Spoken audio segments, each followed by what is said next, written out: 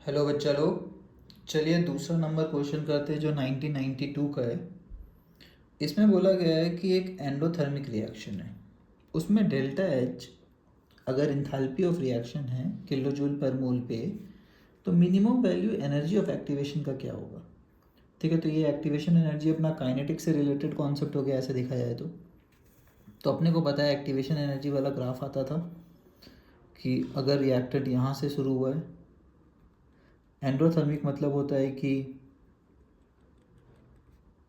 Product जो है उसका एनर्जी रिएक्टेंट से ज़्यादा होगा। ठीक है, ये एनर्जी है, एनर्जी तो दिख सकता है अगर रिएक्टेंट का एनर्जी सपोज 100 जूल था तो प्रोडक्ट का हम लोग को दिख रहा है कि 200 जूल है। तो एंडोथर्मिक मतलब क्या, रिएक्टेंट को आपने एनर्जी दिया तो ही तो प्रोडक्ट बना है, तो प्रोडक्ट का एनर्जी रिएक्टेंट से ज़्यादा होना चाहिए। ठीक है, तो इस डिफरेंस को 100 और 200 का जो डिफरेंस होता है उसी को डेल्टा एच बोलते हैं। यहाँ पे वो एंडोथर्मिक है, मतलब पॉजिटिव में है। क्लियर। अब एनर्जी ऑफ एक्टिवेशन क्या होता है, एनर्जी ऑफ एक्टिवेशन होता है यहाँ से लेकर यहाँ का हाईएस्ट पॉइंट का डिफरेंस। तो ये तो इससे नापेंगे, दिख रहा है। तो एनर्जी ऑफ एक्टिवेशन क्या लग रहा है कि आपको डेल्टा एच से ज़्यादा होगा ऐसे वाले केस में हमेशा। ठीक है, तो कुछ बात है कि ये पॉइंट नंबर ए है मान लेते हैं।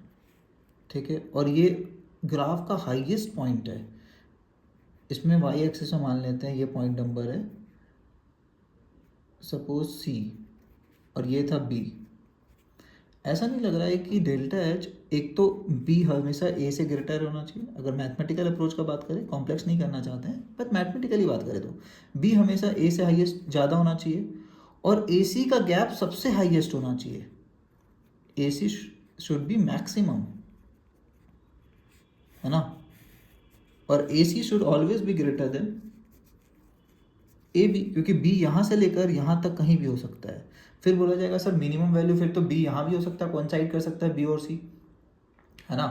तो क्या डिफरेंस जीरो नहीं हो सकता उस केस में, अगर बी और सी कोइंसाइड कर गया तो तब भी तो वो एंडोथर्मिक ही कहलाएगा, क्योंकि ए से ऊपर है बी पॉइंट, राइट। अगर इसी पॉइंट पे दोनों आ गया तो ऐसा नहीं हो सकता है, क्योंकि ये होता है रेट ऑफ फॉरवर्ड रिएक्शन, ये होता है रेट ऑफ बैकवर्ड रिएक्शन, है ना, बैकवर्ड रिएक्शन का एक्टिवेशन एनर्जी। अब बैकवर्ड रिएक्शन का एक्टिवेशन एनर्जी जीरो थोड़ी हो सकता है, कुछ तो रहा होगा, नहीं तो प्रोडक्ट बन कैसे रहा है।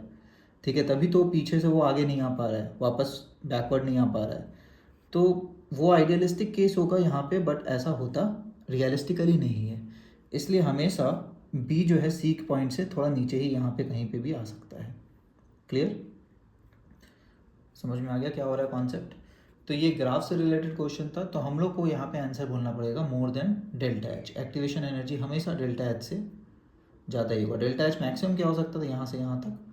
ठीक है, तो हम लोग को ऐसा नहीं बोलना है कि मिनिमम, क्योंकि ये लोग ट्रैप कर रहे हैं, ये लोग पूछ रहे मिनिमम वैल्यू क्या होगा एनर्जी ऑफ एक्टिवेशन का, ये वाले का। ठीक है, तो मिनिमम वैल्यू क्या होगा, हमेशा डेल्टा एच से ज़्यादा ही होगा।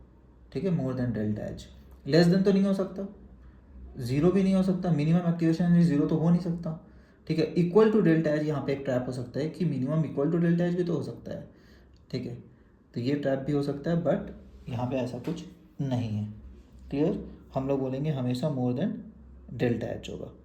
Okay, I hope it's clear. तो इस पर हम लोग ये टिक करेंगे more than delta H. Equal वाला केस तब होगा जब यहाँ पे दोनों कोइंसाइड कर जाए, विच इज़ नॉट पॉसिबल। चलिए, आई होप समझ आया हो। Bye everybody.